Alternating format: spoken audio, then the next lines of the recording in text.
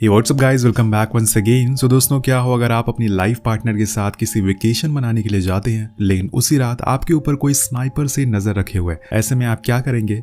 कहानी शुरू होती है डेविड और जूली से, जो कि एक हैप्पी कपल है और एक दूसरे को काफी टाइम से डेट करना है। पर आज डेविड ने अपनी ग्रेजुएशन कंप्लीट कर ली है और उसके बाद वो उसे प्रपोज कर देता है, जिसे जूली एक्सेप्ट भी कर लेती है। जिसके बाद कहानी शिफ्ट होती है 1.5 साल बाद। अब हम दोनों के बीच में थोड़ी अनबन होते हुए देखते हैं, जो कि फाइनेंशियल सिचुएशन से हो रही है और ये बात दोनों को अच्छे से पता है, इसलिए वो ज्यादा इस बारे में एक दूसरे से डिस्कस भी नहीं करते। लेकिन वहीं जूली के लिए अब चीजें बेकार होती जा रही है। उसे लगता है कि जैसे कि डेविड उसे ज्यादा इंपॉर्टेंस नहीं देता। अब एक दिन वो ऐसे ही कपड़े धोते हुए ये सारी चीजें सोच रही थी कि तभी वहां थॉमस आ जाता है, जो कि उसका पड़ोसी है, और वो उसे टेंशन में देखकर घबरा जाता है और इसके पीछे की वजह पूछता है। और तभी जूली को वॉमिटिंग आने लगती है और हम जान पाते हैं कि वो प्रेग्नेंट भी है। पर अभी तक उसने ये बात डेविड को नहीं बताई है, क्योंकि अभी उनकी फाइनेंशियल कंडीशन ठीक नहीं है, वो बच्चे को संभाल नहीं सकते। पर थॉमस के चेहरे पर हम कुछ अजीब सा रिएक्शन देखते हैं, जैसे कि उसके अंदर कुछ बातें चल रही हो, लेकिन वो उन बातों को बाहर नहीं लाता। इसके बाद वो जूली को समझाता है कि देखना, जिस दिन तुम्हारा ये बच्चा जन्म लेगा उस दिन के बाद सब कुछ सही हो जाएगा, तुम्हारी सारी दिक्कतें खत्म हो जाएगी। तो वो कहती है कि हाँ, काश ऐसा ही हो, लेकिन अभी आप ये बात डेविड को मत बताना, मैं सही टाइम देखकर उसे ये बता दूंगी। अब नेक्स्ट डे जब जूली सोकर उठती है तो देखती है कि उसके साइड में एक नोट रखा है, जिसमें लिखा था कि मैंने सारे अधूरे काम पूरे कर दिए हैं। तो वो बाहर आकर देखती है तो सच में सारी चीजें पूरी हो रखी थी। इसके बाद उसे एक और नोट मिलता है जिसमें उसे बाहर आने को कहा जाता है, जहां उसे डेविड मिलता है और उसके डॉग बोरिस के साथ था। वो कार से बाहर आकर उसे हिल स्टेशन की 2 टिकट दिखाता है, जिसे देखकर जूली बहुत ही खुश होती है, क्योंकि इन्होंने बड़े ही टाइम से एक साथ टाइम स्पेंड नहीं किया था, लेकिन अब ये साथ होंगे। अब दोनों बड़े ही मजे से निकल जाते हैं अपने सफर के लिए। अब बीच रास्ते में वो गैस स्टेशन पर रुकते हैं, जहां वो 2 भाइयों को देखते हैं, थॉमस और जॉन, जो काफी रूड थे, लेकिन वो बोरिस को खिलाने लगते हैं। तभी वहां डेविड भी आ जाता है, जिससे वो कहता है कि हमारे पास भी एक डॉग है जो हमारी कार में है। तो डेविड हंसते हुए कहता है कि अच्छा, ओके। इसके बाद थॉमस जूली की भी तारीफ करता है, जो उसे थोड़ी अजीब लगती है, लेकिन वो उसे कुछ नहीं कहता और वहां से जाने लगता है। लेकिन तभी बीच में उसकी नजर उन दोनों की कार के ट्रंक पर पड़ती है, जिसमें एक हिरन का कटा हुआ सर था, जिसे देखकर साफ पता चलता है कि ये दोनों शिकारी हैं। और ये बात आकर वो जूली को भी बताता है। अब जब वो स्टेशन से निकल रहे होते हैं कि तभी उनकी कार से उन भाइयों की कार टकरा जाती है, लेकिन डेविड बिना कुछ बोले ही वहां से चला जाता है। जिसके बाद फाइनली वो अपनी मंजिल पर पहुंच जाते हैं। वो दोनों एक लॉन्च पर जाकर रुकते हैं, जहाँ की ओनर से वो कहते हैं कि उन्हें यहाँ से थोड़ी दूर पर कैंपिंग करना है। तो वो उन्हें एक इंस्ट्रक्शन गाइड भी दे दे। लॉन्च का मालिक यहाँ पर उन्हें कैमरा ना यूज करने की वार्निंग देता है। अब ये लोग जहाँ कैंपिंग करेंगे वो एक बस एक पहाड़ है, तो वहां पर कैमरा यूज करो या ना करो क्या फर्क पड़ता है, लोग वेकेशन पर कितनी फोटोज लेते हैं। अब वो दोनों ये सोच ही रहे होते हैं कि तभी उन्हें वहीं 2 भाई दिख जाते हैं जो गैस स्टेशन वाले थे। शायद वो उनका पीछा कर रहे हो या फिर ये बस एक इत्तेफाक भी हो सकता है। वो रात वहीं गुजारने के बाद अपनी कैंपिंग करने के लिए निकल जाते हैं, लेकिन जूली देखती है कि उनकी कार में किसी ने स्क्रैच मार रखा है और उसे देखकर उन दोनों पर उसे शक होता है कि तभी उसे थोड़ी दूर पर उनकी कार भी दिख जाती है और वो अपना बदला लेने के लिए उसकी कार पर भी स्क्रैच मार दे दिया। अब थॉमस को समझ नहीं आता कि उसने ऐसा क्यों किया और उस पर गुस्सा हो जाता है और उसके पीछे अपना डॉग छोड़ देता है। लेकिन सही समय पर जूली कार में बैठकर निकल जाती है। ये चीज डेविड को सही नहीं लगती, लेकिन जूली को इस चीज से कोई फर्क नहीं पड़ता। लेकिन ये सब कुछ शुरू हो जाता है, लेकिन यहाँ से सब कुछ शुरू हो जाता है। वो दोनों भाई असल में कैसे हैं शायद अभी नहीं पता चल जाएगा। अब ये लोग अपनी डेस्टिनेशन पर पहुंच गए थे, जहाँ पर इन्हें कैंप करना था। और उससे पहले ये दोनों आपस में कई सारी बातें करते हैं और अपनी पुरानी यादों को ताजा करते हैं, जिसके कुछ देर बाद अंधेरा हो जाता है और फिर ये अपना वही कैंप लगा लेते हैं। और इसी समय जूली उसे बता देती है कि वो दोनों पेरेंट्स बनने वाले, जिसे सुन के डेविड बहुत खुश होता है, जो कि जूली को एक्सपेक्टेड नहीं था। लेकिन अब सब कुछ ठीक है। लेकिन उसी समय जूली नोटिस करती है कि उसके कैंप पर एक रेड डॉट आ रही है, जो शायद किसी लेजर लाइट से हो रही हो। वो दोनों फौरन बाहर निकलते हैं और चिल्लाते हैं कि शायद कोई इनके साथ मस्ती कर रहा हो, लेकिन वहां कोई नहीं था। तभी वो रेड डॉट उन दोनों पर बारी बारी पड़ती है। तब जूली को समझ आ जाता है कि ये तो किसी स्नाइपर की लेजर है। अब इसके आगे वो कुछ और समझ पाती कि तभी एक विसल की आवाज आती है, जिसे सुनकर बोरिस भागने लगता है, जो कि इनका डॉग था। उसे डेविड बहुत रोकने की कोशिश करता है, लेकिन वो नहीं रुकता। और फिर कुछ देर बाद एक गोली चलने की आवाज आती है, जिसके बाद एक और गोली चलती है और उनके कैंप पर लगती है, जिसे वो दोनों समझ जाते हैं कि ये कोई मजाक नहीं है। उन्हें अब जितनी जल्दी हो सके यहाँ से भागना पड़ेगा। दोनों अपना सामान छोड़कर भागना शुरू कर देते हैं। तभी आसमान में एक फ्लेयर छूटती है, जिससे चारों तरफ उजाला हो जाता है और दोनों ही साफ साफ विजिबल होने लगते हैं। अब इन पर अंधाधुंध गोलियां चलना शुरू हो जाती है। अब इन्हें समझ नहीं आता कि ये किस जगह पर जाएं, इसलिए जंगल में जाकर ये छुप जाते हैं। जिसके बाद इन्हें एक और गोली चलने की आवाज आती है, लेकिन जूली अब ज्यादा भाग नहीं सकती। उसके पेट में दर्द होना शुरू हो गया था, इसलिए वो पास में ही एक बने कॉटेज में रुकती है। अब यहाँ जूली उससे कहती है कि मुझे पक्का पता है कि ये वही उन दोनों भाइयों का काम है, लेकिन डेविड कहता है कि नहीं, ये किसी और का काम है, पर वो कौन है और जो इन्हें मारना चाहता। अब पूरी रात दोनों उसी कॉटेज में कांपते हुए गुजार देते हैं। अब नेक्स्ट डे जब उनकी आंख खुलती है तो डेविड कहता है कि हमें कैंप की तरफ जाना चाहिए, क्योंकि अगर हमें एक बार कार की कीज मिल गई तो हम यहाँ से बाहर निकल सकते हैं। जूली को भी उसकी ये बात सही लगती है, इसलिए दोनों फिर से वापस वहीं जाते हैं। थोड़ी दूर पर ही वो जूली को रुकने को कहता है और कैंप के अंदर खुद जाता है। अचानक से बाहर आकर वो वॉमिट करना शुरू कर देता है। अब उसे ऐसा करते देख जूली उसके पास भागते हुए आती है और कैंप के अंदर जाती है और उसे वहां पर बोरिस का कटा हुआ सर मिलता है और उसे देखने के बाद उसके सर पर खून सवार हो जाता है। वो पूरी तरीके से पागल हो जाती है। वो बाहर आकर चिल्लाने लगती है और कहती है कि जिसने भी ये किया है उसको मैं छोड़ूंगी नहीं। लेकिन अभी तो इन्हें कार की कीज लेनी है। तो डेविड फिर से अंदर जाता है और कीज लेने लगता है, लेकिन तभी उसका हाथ एक ट्रैप में फंस जाता है और बुरी तरीके से जख्मी हो जाता है। उसका काफी खून बहने लगता है। अब जूली उसके हाथ पे कपड़ा बांधती है और फिर दोनों तुरंत कीज लेकर कार की तरफ बढ़ना शुरू करते हैं। लेकिन वहां तक जाने में इन्हें थोड़ा समय लगेगा और बीच में इन्हें वो रेड डॉट से भी बचना है। अब दोनों अब चलते जा रहे थे, लेकिन तभी इन्हें खुद के सामने एक आदमी खड़ा हुआ मिलता है और उसके हाथ में बंदूक भी थी और वो इन लोगों की तरफ पॉइंट भी थी। उसमें से गोलियां भी चल रही थी, जिसे बचने के लिए लोग वहीं लेट जाते हैं। लेकिन वो आदमी रुकने का नाम ही नहीं ले रहा था।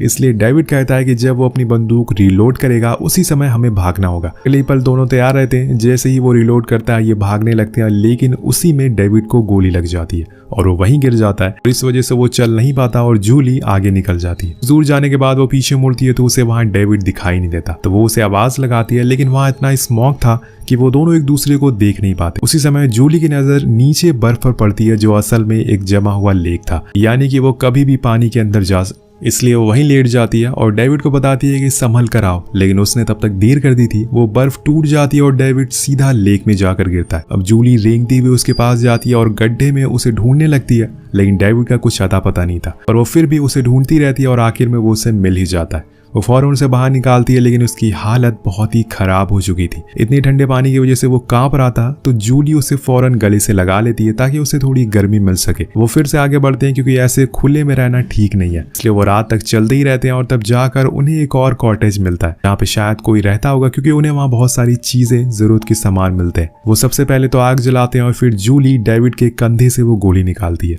जिससे दोनों को राहत मिलती है। यहाँ वो थोड़ा रिलैक्स होने के बाद जूली अपने बच्चे की आवाज भी सुनती है, जिसे दोनों सुनकर बहुत ही खुश थे। ऐसे मुश्किल समय में दोनों वहीं सो जाते हैं। लेकिन अगले दिन उनकी सारी नींद उड़ जाती है जब सुबह उन्हें एक बाइक की आवाज आती है। उन दोनों की आंख खुल जाती है और जब वो बाहर देखते हैं तो हैरान रह जाते हैं, क्योंकि वो असल में जॉन का घर था। भाइयों में से एक भाई अब दोनों पीछे वाले गेट से भागना शुरू करते हैं, लेकिन वो उन्हें ज्यादा दूर नहीं था। ये दोनों फौरन एक केव में जाकर छुप जाते हैं, जो असल में एक भालू की थी और वो उसके अंदर ही बैठा हुआ था। इन दोनों के आने से वो जाग जाता है और उसकी आवाज जॉन भी सुन लेता और अब वो इनका पीछा करना शुरू करता है। अब वहां से जूली भी दिख जाती है, जिस पर वो बंदूक तान देता है, लेकिन उससे पहले वो उसे गोली मारे जूली उस पर फ्लेयर चला देती है, जिससे वो जलने लगता है और इसी का फायदा उठाकर दोनों वहां से भाग जाते हैं। अब डेविड की चोट की वजह से वो ज्यादा दूर तक चल नहीं पा रहा था। बीच बीच में वो गिर जा रहा था, लेकिन जूली उसे हौसला देती है और आगे बढ़ने को कहती है, क्योंकि अगर वो यहाँ पर रुके तो वो मारे जाएंगे, या तो ठंड से या फिर वो लोग जो इन पे न जाने किस वजह से गोलियां चला रहे हैं। अब कुछ दूर चलने के बाद डेविड को एक बच्चा दिखाई देता है, जो कि उसे कई दिनों से दिखाई दे रहा है, जिस बात से वो बहुत परेशान भी रहता है।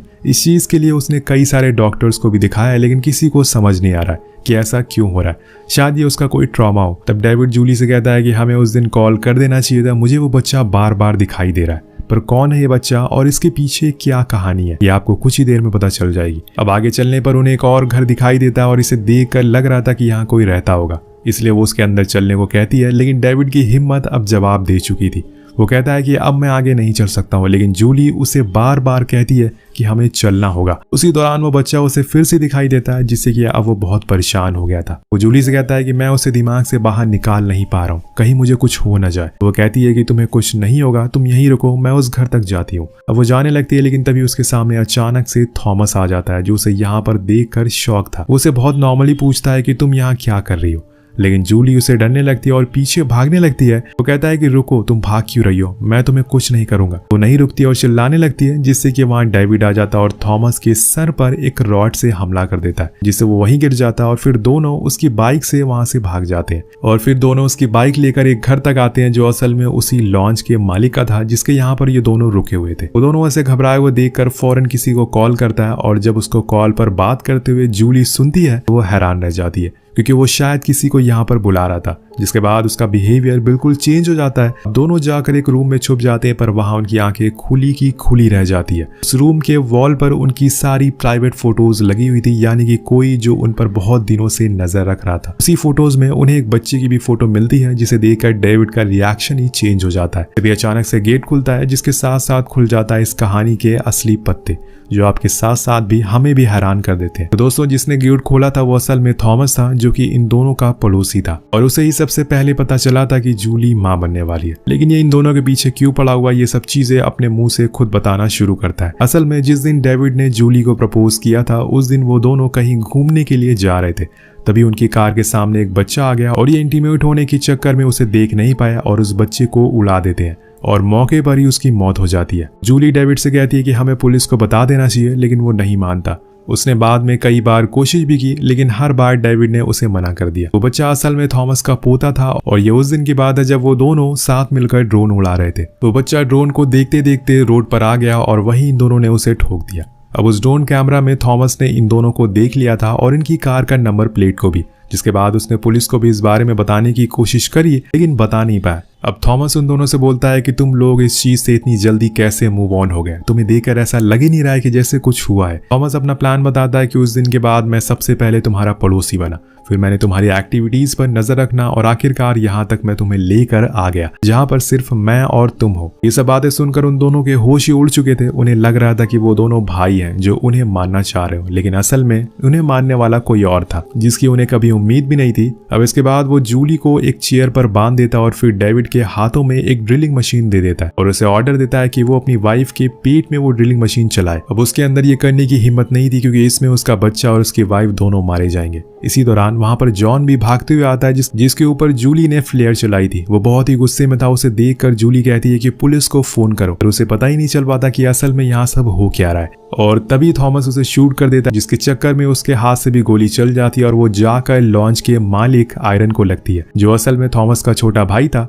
इसी मौके का फायदा उठाकर जूली और डेविड वहां से भागना शुरू करते हैं, लेकिन डेविड बहुत ही ज्यादा जख्मी हो चुका था, इसलिए वो कहता है कि तुम चली जाओ, मैं अब चल नहीं सकता हूँ। अब जूली वहां से जाने लगती है, तभी वहां थॉमस आ जाता है, जिसे वो कहता है कि उसे जाने दो, उसकी कोई गलती नहीं है, कार मैं चला रहा था। अब थॉमस उसे मारने वाला होता है, लेकिन तभी हम जूली को देखते हैं, जो न जाने कहां से एक बंदूक लेकर आती है और थॉमस पर तान देती है। लेकिन तभी पीछे से एक हेडशॉट आकर उसे लगता है, और जूली ऑन द स्पॉट मारी जाती है। अब ये गोली चलाई थी थॉमस की वाइफ, यानी कि उस बच्चे की दादी ने। जूली को मरा हुआ देखकर डेविड पूरी तरीके से टूट जाता और रोने लगता है। तो उसने एक साथ दो जिंदगियां यहाँ पर खो दी थी, और अब उसकी भी वैसी हालत हो गई है जैसे कि थॉमस की है। थॉमस की वाइफ आकर उसे भी मारने वाली होती है, लेकिन थॉमस ऐसा करने से मना कर देता है और कहता है कि इसे ऐसे ही छोड़ दो, जैसे इसने हमारे पोते को तड़पने के लिए छोड़ दिया था।